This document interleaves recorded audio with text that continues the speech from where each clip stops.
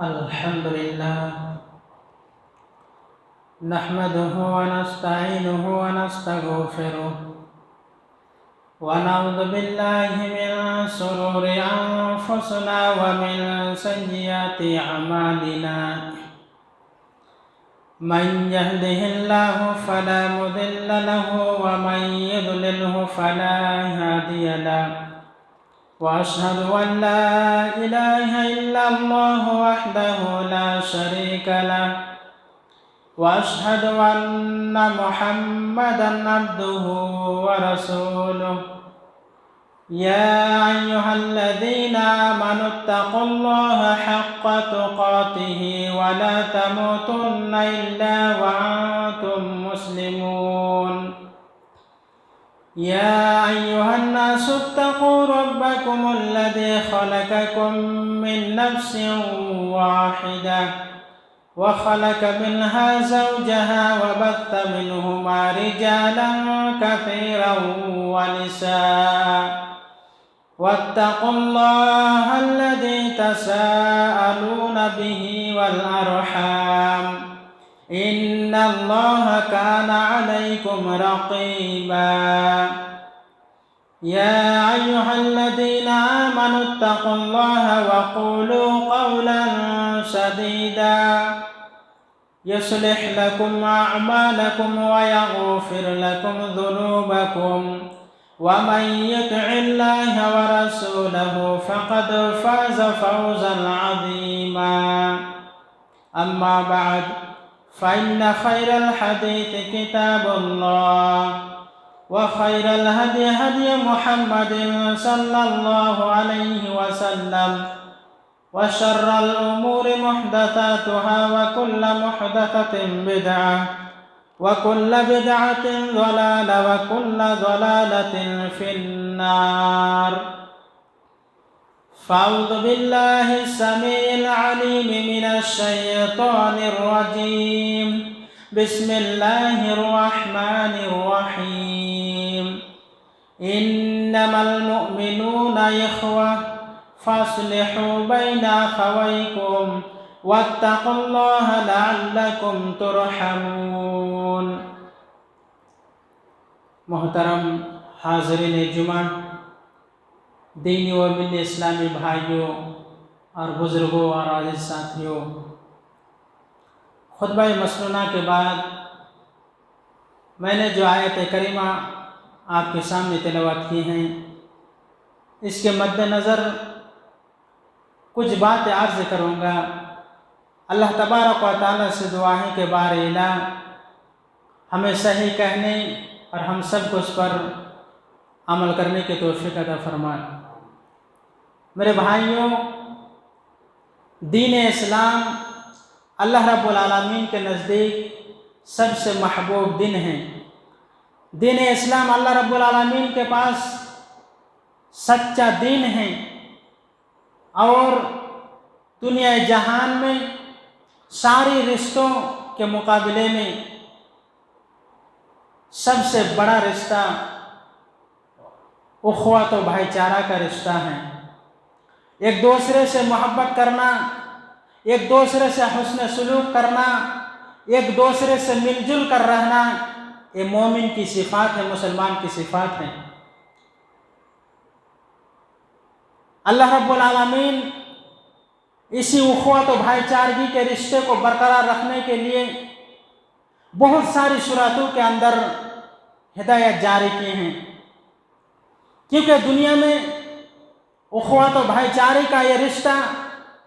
اخوت و بھائی چارہ کا یہ رشتہ ایک واحد رشتہ ہے جو دنیا میں بھی کام آئے گا اور آخرت میں بھی باقی رہے گا، قائم و دائم رہے گا۔ اللہ تبارک و تعالیٰ سورہ زخرف کے اندر ارشاد فرمایا، اللہ رب العالمین نے ارشاد فرمایا، الأخلاء يومئذ بعضهم لبعض عدو إلا المتقين، کہ یہ وہ تمام رشتے اور دوستیاں اور محبتیں، تعلقات، روابط، یہ تمام رشتے اس دن دشمنوں میں بدل جائیں گے، صرف وہی رشتہ قائم رہے گا، وہی رشتہ باقی رہے گا، وہی تعلق باقی رہے گا جو اسلام کی بنیاد پر ہوگا، جو ایمان کی بنیاد پر ہوگا، جو دین اسلام کی بنیاد پر ہوگا، تقوی پر ہوگا، وہی رشتہ قائم رہے گا۔ اللہ تبارک و تعالی اخوات و بھائی چارے اس رشتے کو برقرار رکھنے کے لیے قرآن و سنت کے اندر بہت سارے احکامات جاری کیے ہیں، بہت ساری ہدایات جاری کیے ہیں۔ اللہ رب العالمین نے ارشاد فرمایا محمد الرسول اللہ والذین معه اشداء علی الکفار رحماء بینہم، کہ محمد صلی اللہ علیہ وسلم اور آپ کے ساتھی صحابہ اکرام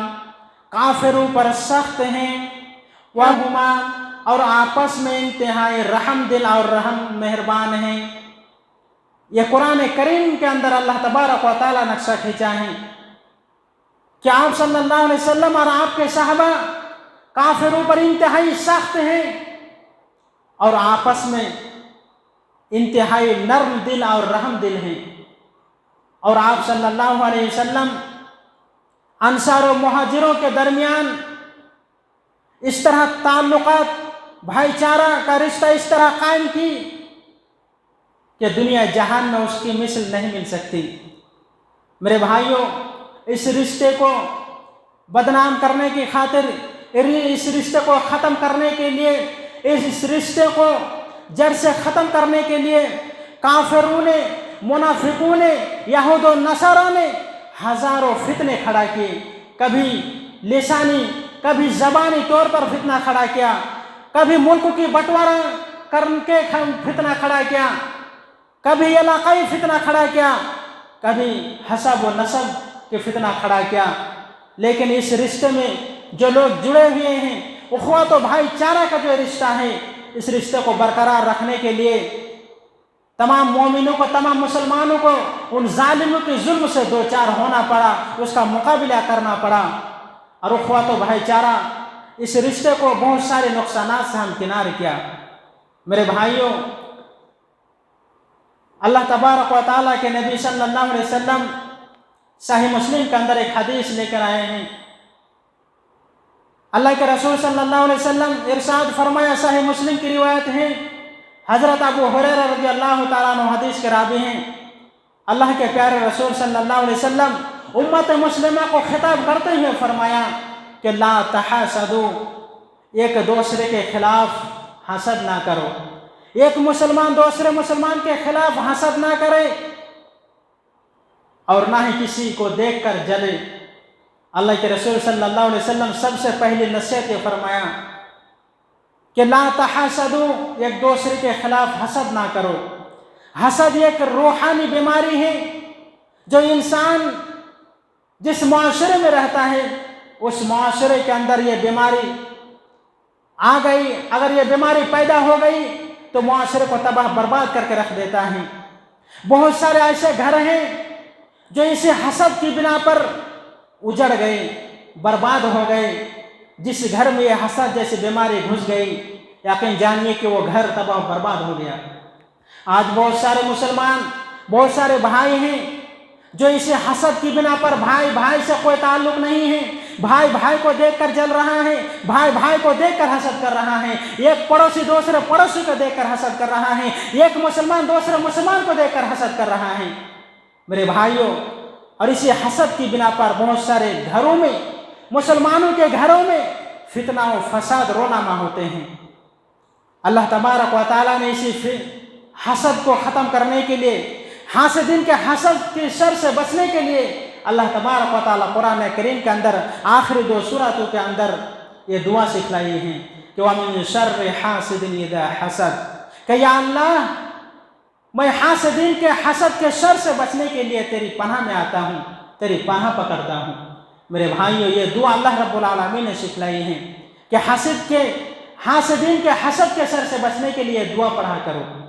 میرے بھائیوں، تو پتہ یہ چلا کہ حسد ایک ایسی خطرناک بیماری ہے کہ جس انسان کے اندر یہ پیدا ہو جاتی ہے اس کی ساری نیک عمل کو برباد کر دیتا ہے۔ اللہ کے رسول صلی اللہ علیہ وسلم نے آگے ارشاد فرمایا کہ وَلَا تَنَاجَسُوا،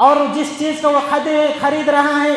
اس کی سودا اس نے کر لیا ہے، لیکن ایک دوسرا آدمی اس سے زیادہ قیمت لگا کر اس کو خرید رہا ہے، تو یہ جائز نہیں ہے۔ اللہ کے رسول صلی اللہ علیہ وسلم اس کو حرام قرار دیا ہے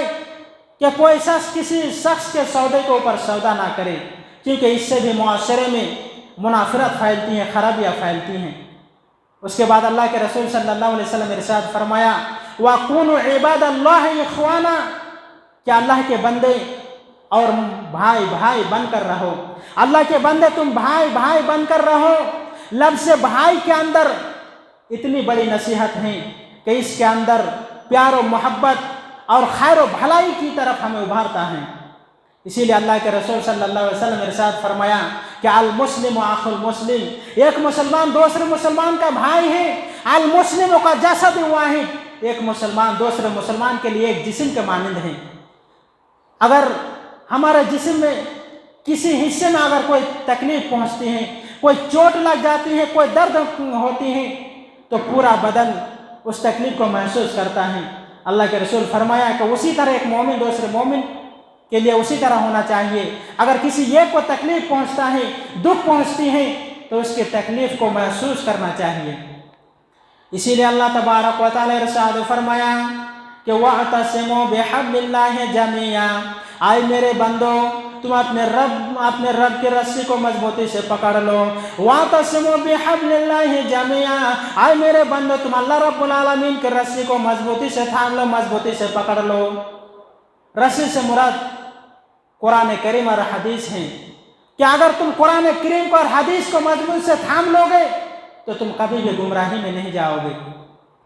اللہ تبارک و تعالیٰ فرماتا ہے کہ وَاعْتَصِمُوا بِحَبْلِ اللَّهِ جَمِيعًا، اے لوگو اللہ رب العالمین کی رسی کو مضبوطی سے تھام لو، وَلَا تَفَرَّقُوا، اور فرقوں میں مت بٹو۔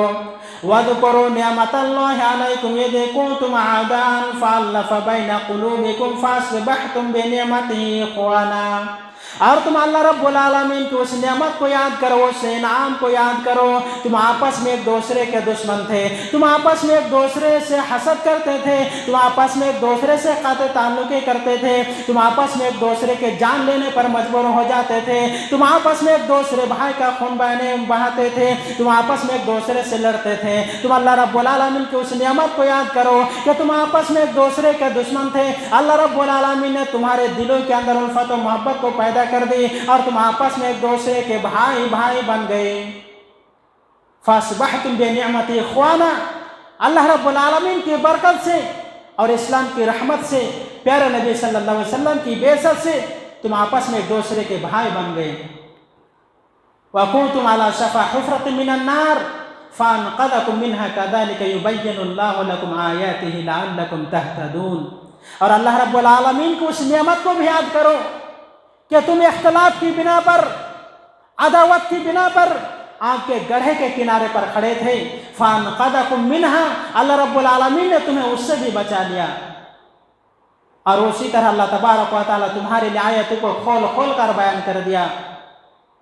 تاکہ تم ہدایت یافتہ ہو جاؤ۔ تو میرے بھائی، اس سے ہمیں پتہ چلتا ہے کہ ایک دوسرے سے مل جل کر رہنا چاہیے،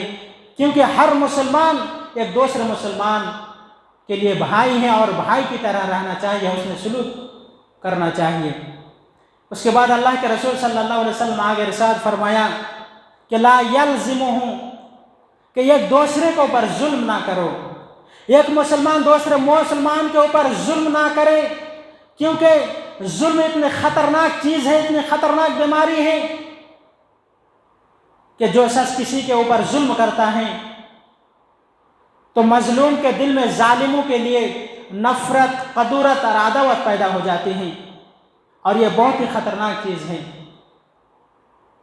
حضرت ابو ذر رضی اللہ تعالیٰ عنہ ارشاد فرمایا کہ اللہ کے پیارے رسول صلی اللہ علیہ وسلم ارشاد فرمایا کہ اللہ تبارک و تعالیٰ کے ارشاد ہے کہ اللہ تبارک و تعالیٰ ارشاد فرماتا ہے کہ اے میرے بندو، میں نے اپنے اوپر ظلم کو حرام کر دیا ہے اور تم پر بھی ظلم کو حرام کر دیا، بس تم ایک دوسرے کے اوپر ظلم نہ کرو۔ اللہ کے رسول صلی اللہ علیہ وسلم ارشاد فرمایا، بخاری اور مسلم کی روایت ہے کہ اللہ کے رسول ارشاد فرمایا کہ جب کوئی شخص کسی کے اوپر ظلم کرتا ہے، جب کوئی شخص کسی کے اوپر ظلم کرتا ہے تو اللہ تبارک و تعالیٰ اس کو ڈھیل دے دیتا ہے. پھر جب اللہ تبارک و تعالیٰ اس کو پکڑتا ہے تو اس کی پکڑ سے وہ بچ کر نکل نہیں سکتا. میرے بھائیو، اللہ تبارک و تعالیٰ کی پکڑ بہت ہی سخت ہے، اسی لیے ہمیں چاہیے کہ ایک دوسرے کے اوپر ظلم نہ کرے. حضرت عمر رضی اللہ تعالیٰ عنہ کے دور خلافت ہیں. حضرت عمر رضی اللہ تعالیٰ عنہ اس قدر ایک دوسرے سے ہمدردی کیا کرتے تھے، ایک دوسرے سے حسن سلوک کیا کرتے تھے. اگر کوئی شخص کسی کے اوپر ظلم کرتے تھے تو اس کو ہر طرح سے اس کو سمجھانے کی کوشش کیا کرتے تھے. اللہ کے رسول صلی اللہ علیہ وسلم انصار و مہاجرین کے درمیان اس طرح اخوت و بھائی چارگی کو پیدا کیا کہ اس کا مثل دنیا میں موجود نہیں ہے، دنیا میں اس کا مثل موجود نہیں ملتی ہے. ایک واقعہ میں بتا کر اپنی بات کو ختم کروں گا کہ یہ لوگ جا رہے ہیں، راستے میں ایک تالاب کے پاس پہنچتا ہے. جب تالاب کے پاس پہنچتا ہے تو مہاجر میں سے ایک آدمی اپنے بکرے کو پانی پلانے کے لیے اس تالاب کے قریب پہنچتا ہے، اور ادھر حضرت عمر فاروق رضی اللہ تعالیٰ عنہ کا ایک غلام وہ بھی اپنے بکرے کو پانی پلانے کے لیے اس تالاب کے پاس پہنچتا ہے، اس تالاب کے گھاٹ پر جا کر پہنچتا ہے. ادھر سے مہاجر کہتا ہے کہ میں پہلے آیا ہوں، میں پہلے اپنے بکروں کو پانی پلاؤں گا. ادھر حضرت عمر فاروق رضی اللہ تعالیٰ عنہ کا غلام کہتے ہیں کہ میں یہ تالاب جو ہے میرا ابو کا ہے، میرے باپ کا یہ تالاب ہے، میں پہلے پانی پلاؤں گا. دونوں میں بحث و مباحثہ شروع ہو جاتا ہے، ایک دوسرے سے لڑائی جھگڑا شروع ہو جاتا ہے. ادھر مہاجر پکارتا ہے یا اہل المہاجرو، آئے مہاجر آؤ میری مدد کرو. ادھر حضرت عمر فاروق رضی اللہ تعالیٰ عنہ کا غلام اعلان کرتا ہے یا اہل الانصار، آئے انصاریو آؤ میری مدد کرو. دونوں آپس میں ایک دوسرے کو مارنا چاہتا ہے. اس معاملے کو ایک چھوٹا سا بچہ دیکھ رہا ہے، وہ دوڑتا ہوا اللہ کے رسول صلی اللہ علیہ وسلم کی خدمت میں پہنچتا ہے. وہ عرض کرتا ہے کہ اے پیارے رسول صلی اللہ علیہ وسلم، آپ قرآن کریم کی تلاوت کر رہے ہیں. بچہ جب آپ صلی اللہ علیہ وسلم کے پاس پہنچا، دیکھا کہ آپ صلی اللہ علیہ وسلم قرآن کریم کی تلاوت فرما رہے ہیں مسجد کے اندر. وہ بچہ جا کر کہنے لگا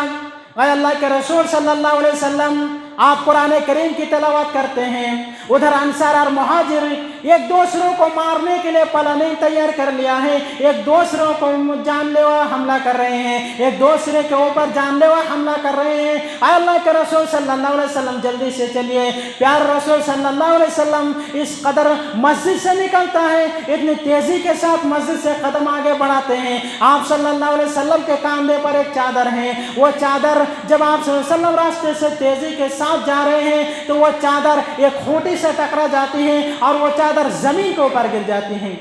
لوگوں نے کہا کہ اللہ کے رسول چادر اٹھا لیجئے. آپ صلی اللہ علیہ وسلم آگے بڑھ جاتے ہیں، اس لیے چادر نہیں اٹھاتے کہیں میں چادر اٹھانے جاؤں اور دیر نہ ہو جائے اور یہ بھائی دوسرے بھائی کو قتل نہ کر دے. آپ صلی اللہ علیہ وسلم آگے بڑھتے جاتے ہیں. تھوڑی ہی دیر میں آپ صلی اللہ علیہ وسلم صحابہ کے درمیان پہنچ جاتے ہیں. دیکھا کہ ایک بھائی دوسرے بھائی کو مارنے کے لیے تلواریں نکال لی ہے، ایک بھائی دوسرے بھائی کو مارنے کے لیے منصوبے بنا لیے ہیں، تیار ہو گئے ہیں. اللہ کے رسول صلی اللہ علیہ وسلم صحابہ کے درمیان پہنچ جاتا ہے. اتنے خوبصورت چہرہ آپ صلی اللہ علیہ وسلم اتنے حسین و جمیل تھے کہ آپ صلی اللہ علیہ وسلم کی حسین و جمیل کو دیکھ کر حسن بن ثابت نے کہا تھا وَأَحْسَنُ مِنْكَ لَمْ تَرَ قَطُّ عَيْنِي وَأَجْمَلُ مِنْكَ لَمْ تَلِدِ النِّسَاءُ. اے میرے حبیب، آپ اتنے خوبصورت ہیں کہ آج تک میرے آنکھوں نے آپ سے جیسا خوبصورت کسی کو نہیں دیکھا. اے میرے حبیب صلی اللہ علیہ وسلم، آپ اتنے خوبصورت ہیں کہ آپ کے جیسا حسین و جمیل کسی ماں نے اب تک کوئی بچہ بیٹا پیدا ہی نہیں کیا. میرے بھائیوں، جب صحابہ اکرام کے درمیان پیارے رسول صلی اللہ علیہ وسلم پہنچ جاتے ہیں تو آپ صلی اللہ علیہ وسلم کو مہاجر کہتے ہیں کہ اللہ کے رسول آپ ہٹ جائیے بیچ سے، یہ لوگ ہم ہی کو دھمکائے، ہم ہی کو ڈرائے. مہاجر کہتے ہیں کہ اللہ کے رسول صلی اللہ علیہ وسلم آپ ہٹ جائیے بیچ سے، یہ انصار لوگ ہم ہجرت کر کے جا رہے ہیں اور یہ لوگ ہم ہی کو ڈرائے، ہم ہی کو دھمکائے، آپ ہٹ جائیے بیچ سے. اللہ کے رسول صلی اللہ علیہ وسلم ارشاد فرمایا کہ مہاجروں